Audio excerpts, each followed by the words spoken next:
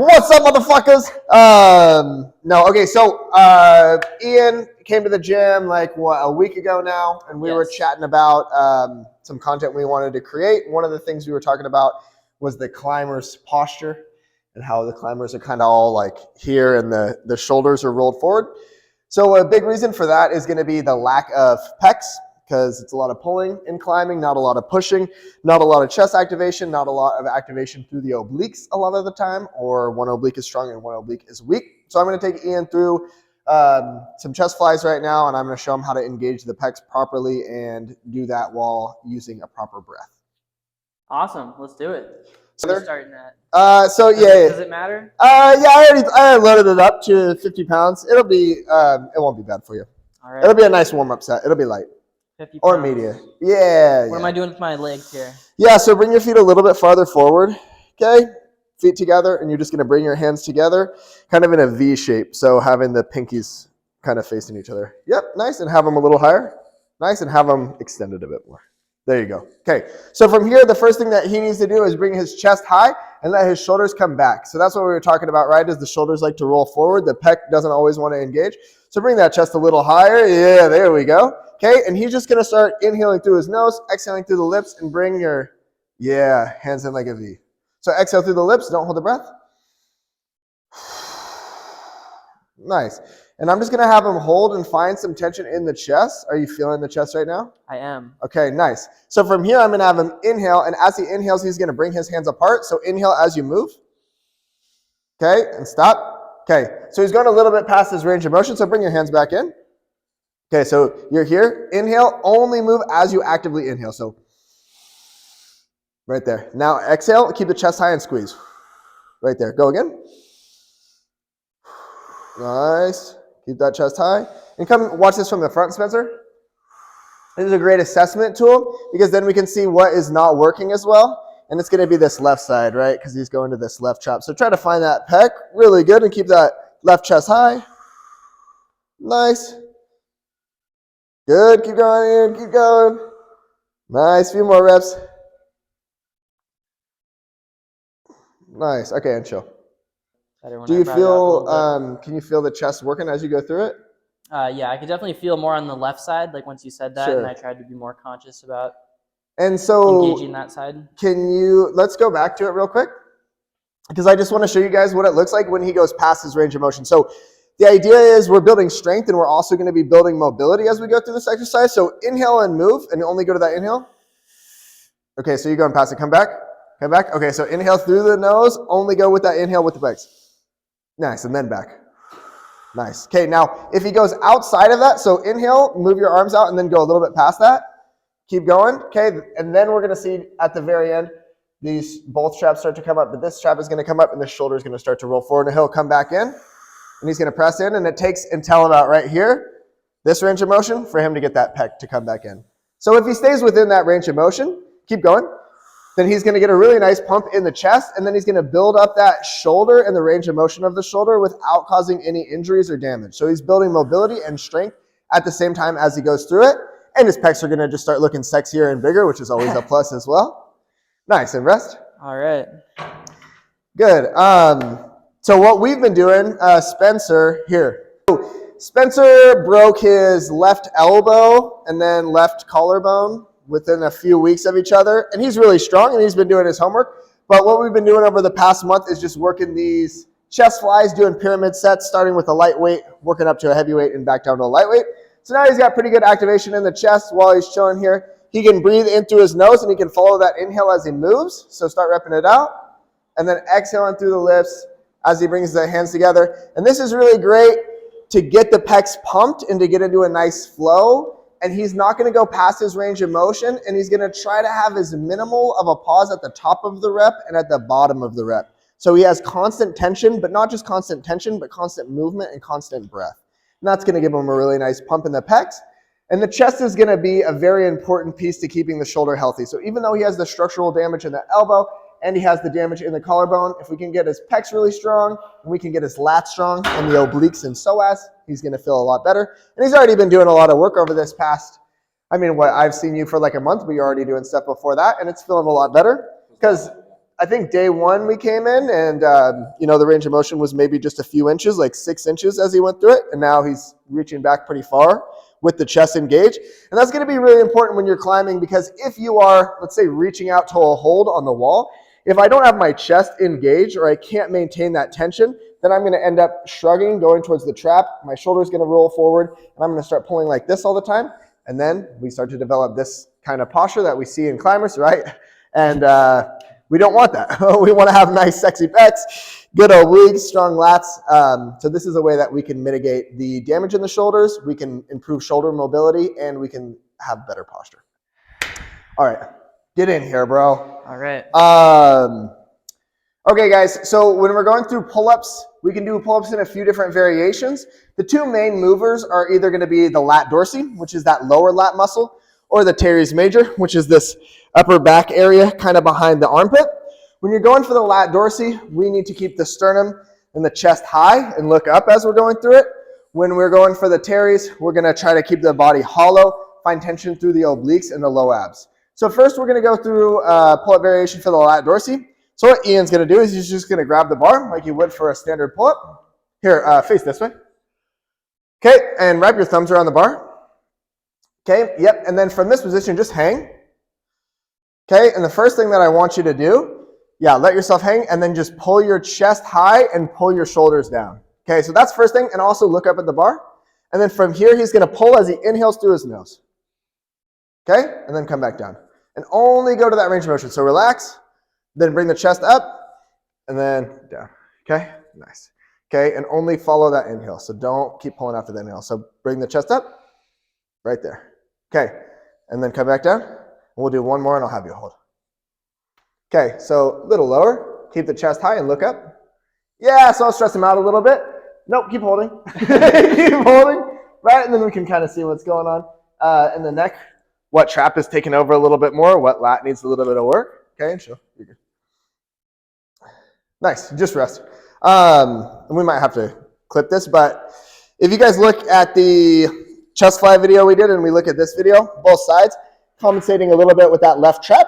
So we know that we probably have to work on the structure of the pec on the left side and of the lat dorsi on the left side, and that's going to make his climbing a lot better. A lot of times with climbing, you can get away with a lot of muscular imbalances because you're doing everything unilaterally. So you're moving one arm at a time, one leg at a time. And then when we go to something like this, a bilateral movement, whether it's pull-ups, squats, deadlifts, whatever it is, we're going to have some type of shift or rotation because we're always favoring our strong side when we're climbing. And a lot of times we're neglecting the weak side, not necessarily on purpose, but your body's just going to move as efficiently as it can to get up the wall and use as least energy as possible.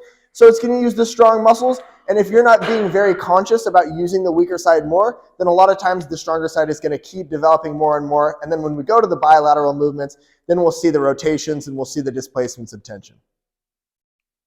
So I got a week left. Yeah, weak left pec, weak left lat. So probably the issue probably stems from the left oblique. I don't know that for sure because we haven't tested it. But if I had to guess, this oblique is a little bit weaker than this one. We're starting to rotate a little bit with this right side. And this side is not as good at rotating and stopping rotation. So if we fix this, the oblique has the same insertion point as the lat dorsi. So if you turn around, damn, this guy's vascular and jacked. But if we fix the oblique and we fix the lat dorsi on this side, then probably the issues of this trap wanting to take over, like if you see the back, just him chilling, this trap is taking more tension and this shoulder's a little bit more rounded forward. If we could fix this in the oblique, then that would probably stop happening. Appreciate it. We're going to work on that. Boom. Okay, so I'm going to show Ian the pull-up variation for the teres major, which is this upper back muscle. This is going to be very, very important for climbing, very important for shoulder health. If we can improve the mobility here, then probably we're going to have a lot less shoulder pain. So what he's going to do is it's going to be a little bit different than the pull-up we just did, but he'll grab the bar, and just like the other one, you're just going to hang. But this time I want you to try to tuck your pelvis and keep your obliques and your low abs engaged. And you're not going to keep the chest super high. So you're kind of in a hollow position, and you're just going to pull straight up. So you're going to, yep, just like that. Nice, and then come back down. Okay, and don't let the rib cage come up. So keep the rib cage down and pull from there. Nice, and the first thing that I want you to do is just bring the chest up. So stop, yeah, there you go, and then pull. And inhale as you pull, and just to right here. Nice. And everybody's going to be mad that the chin's not over the bar, but that's okay. Okay, and then go. Nice, and okay, you see how he wants to bring the shoulder blades back? So try to keep your shoulder blades wide as you go through it. Yeah. Nice, okay. Another rep. Okay, and rest. So I want muscles to have the capacity to move to their fullest range of motion. But if I don't have the range of motion in order to bring my chin over the bar, and I just really want my chin over the bar because that's a rep, then I'm going to end up shrugging and going to the traps just to get a position that I haven't actually earned because my muscles cannot maintain the proper tension to get there, and then I'll end up with a shoulder injury. Anybody can build up to doing pull-ups well and bringing the chin over the bar, but you have to have strong enough lats and mobile enough lats to do that, and working within your range of motion is how you're going to get there. So don't focus on having the chin over the bar. Focus on where the tension is in the muscles, and those things will happen over time by themselves. So we're focusing on functional movement. Functional movement, yeah. Basically getting the muscles to work in their fullest range of motion for the day, whatever that means for you. So if you're feeling pain, tension in the shoulders as you go through it, then that's probably a sign that you're going outside of your range of motion. All right. Sweet. And we should do rope pulls. Cool. Okay, all right. So guys, this is the rope pull. This is a favorite of mine. It's a great way that you could build the teres major, which is going to be very important for climbing and for keeping the shoulders strong. So what we're going to do is we're going to have Ian get ready to pull this rope by having a really wide stance. So you're going to bring your feet out really wide, and he's going to bring his chest down to the floor, like down more and more and more. Do I bend my knees? Bend your knees slightly. So you want your chest low and your butt high. So you actually try to find tension in your hamstring. Yeah, and bring your chest even lower. Yeah, even lower. Yeah, right. And then kind of from here, you're going to look down at the rope, and you're just going to start pulling hand over hand. So one pull. Yeah, there you go. Okay, and instead of leaning back so far, try to lean forward on your feet. So this. Yeah, there you go. There you go. You go from here. Nice. Okay, and he's just going to keep breathing as he goes through it. Nice job. Okay, and this is going to start working the upper lats very well, or the teres major, as he goes through it. A few things to keep in mind as he goes through it. I'll move this a little bit just so we can show him. And we can clip that part, but get back down into that position. So this is a hinge, right? So this might be something he needs to work on as well as the hamstrings, but he wants to keep the chest basically low, keep it a little bit lower. There you go. And don't pull yet. So when he's pulling, he wants his hand to be about this far. His hand, he doesn't want it to be too much far outside of his forehead. Here, we can stand up for a second. Because if he pulls outside of his forehead right now, he's probably going to end up shrugging. So if you bring your arm up, okay, and try to pull on my arm, pull it down. Okay, do you guys see that? So pull, okay, and the shoulder wants to come up. But from here to here, now pull my hand down. Okay, now the shoulder's moving down. Okay, as he's pulling. Do you see that? So pull down. Okay, and you feel how your shoulder's coming down? Yeah. Okay, pull down from here. See how the shoulder's rising up? Okay, so the range of motion that he needs to go at is basically the level of his forehead. So if he goes and he grabs it at about his forehead and he pulls down, he's going to be working all teres major and he's going to get a really nice pump. If he starts to go outside that range of motion up to here, it's going to start to roll forward and he's going to start to go to the trap more as he's going through it. So for now, he's just going to reach to the forehead and then he's going to go down. So we'll do another set here real quick. Face down, ass up. That's the way I like to, you know what I'm saying?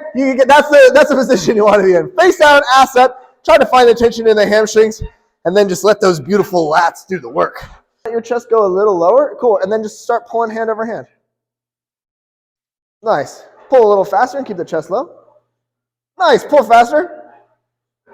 Nice. Yeah. And these are starting to work. Whoa. You're getting jacked over here. Come on. You got it.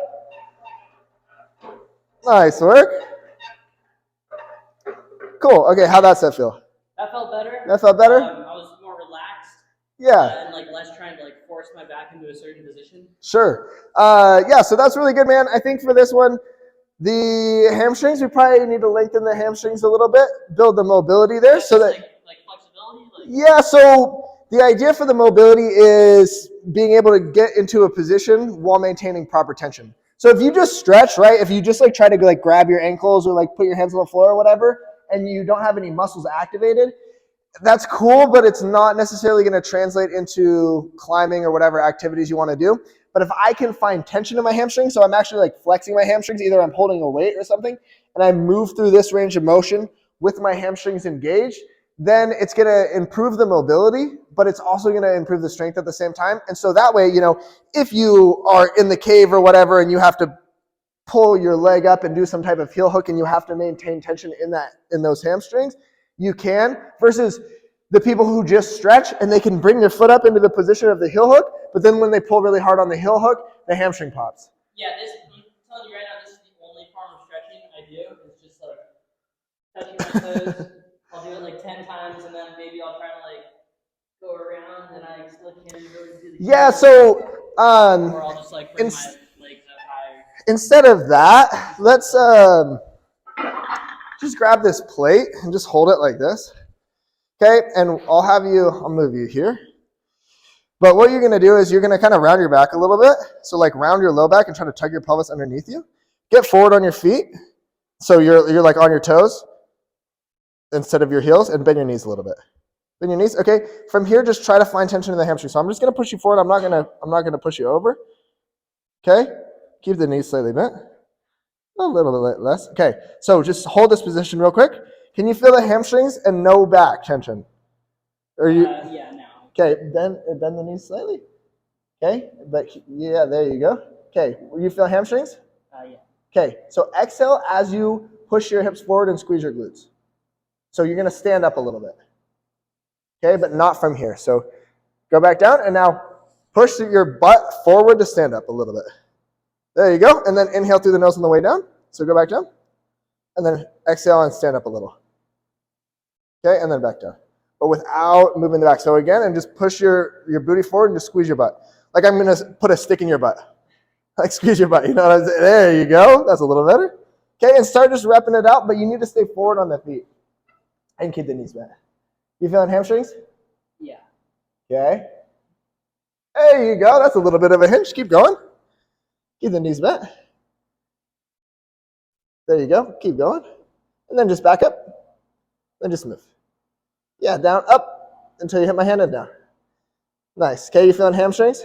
Yeah. Any back pain? No. Nice. Keep going. Okay, so now we're actually creating a little bit of a hinge. Yeah, and it's not a huge range of motion. Keep going. It's not a huge range of motion, but since his back is round, this is actually starting to do the work. The glutes are starting to do the work. This is just his first set, so it's going to be some stuff to work through, but his hamstrings, he's probably going to be feeling this tomorrow. Rest. Okay, so did you feel your hamstrings? Yeah, I feel a lot like on almost like the palms of my feet too. Yeah. I'm trying to like go forward, and I feel my like lower hamstring. And then do you feel back pain as you go through it? No, my back didn't hurt at all. How's it feel now? It feels fine. I feel like I was moving things and using muscles that I like don't normally use. Sure. Yeah, because he's actually hinging. So, you know, however you picked up the habit, a lot of people have picked up the habit where you want to arch through the lifts, whether it's a pull-up, which can be good sometimes, but if we're going through something like a deadlift or we're picking something up off the ground, and the first thing I do is this, I'm finding the tension in my low back, and I'm just pulling from my low back. The deadlift should be a hamstring and glute exercise. So if I find my hamstrings and glutes and I can push from those muscles, then the actual hinge, my back stays in the same position. All that happens is I'm just squeezing my ass like somebody's going to stick a stick in my butt. You know, like you drop the soap and you just got to, okay? So like when you're properly deadlifting, you aren't moving your back at all? Yeah, when you're properly, so bend the knees a little bit, right? Just like you were doing, and go back down like you're going to pick something up. So yeah, you're here, and yeah, so that's your range of motion is right there, and then come back up. Right there, okay? And keep the knees slightly bent. So right now, when you deadlift, like if I had you deadlift, I'd have you do dimmels. And the dimmels is really cool because you can either start at the top or the bottom. You can inhale, find that range of motion from here, and you just stay within that range of motion. You practice it every day, and maybe the range of motion is only to the knees today. Maybe in 2 weeks after practicing, you can go mid-shin. And then after that, you can go all the way to the feet or whatever. Imagine you're in a position on the wall where you have a foot up or something and you have to bend forward, but now you can maintain that tension the entire time. It doesn't have to go to the low back. It doesn't have to cause any strain in the traps or in the back. You're just finding the big structural muscles and you can start moving through it a lot more fluidly. I think lower body training is often like super neglected in climbing. I think like it's all like, we're going to do pull-ups, lock-ups, muscle-ups, every single different variation. But like, if we could do some calf raises, some dimple deadlifts, I think it would help a lot. It would help. I mean, the calf raises are really good because they'll help you place your feet and stay connected from the feet, because muscles, you know, we put different segments in the muscles. Like, you know, we draw lines and we say, this is the calf, this is the hamstring, this is the butt cheek, whatever. But that's not how the body works. The calf works with the hamstring, it works with the glute. So if I do calf raises and I do enough of them, I'll be able to find tension in my calves, hamstrings, glutes, working out my body. And then when I place a foot, I'm not just placing my foot passively, I'm creating tension from my calf to my hamstring to my glute. In my oblique, I can stay rotated with my hips towards the wall. Then I can start getting some power from the legs and actually being able to move the feet on more technical climbs as well, like if I'm on the slab wall or something like that. Would you say that, like, to some extent, like, all the muscles in your body are connected? Like, yes, for sure. So yeah, you're gonna have two chains of muscles. One is gonna be internal torque. So those are the muscles that squeeze in towards the body. The low abs, the obliques, the chest, the upper lats, hamstrings, calves, glutes, VMOs. All those muscles squeeze in towards the body.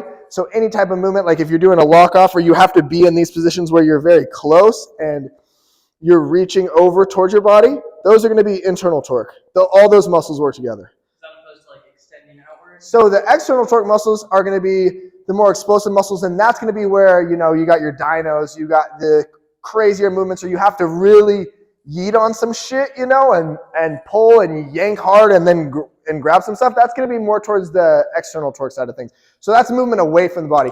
That's when you'll have those big moves. And when you have a big move, right, you load up and then you have this explosion that comes from the hips. If you're doing a move that requires you to get like this, you know, whether you're doing like a jump in the cave or you're going up a vertical wall and you have to do a dyno, that's going to be towards external torque. And all those muscles work together as well. So you have the center of the abs, you have the lat dorsi, the glute med, and like the outside of the legs, the outside of the arms, and the upper chest.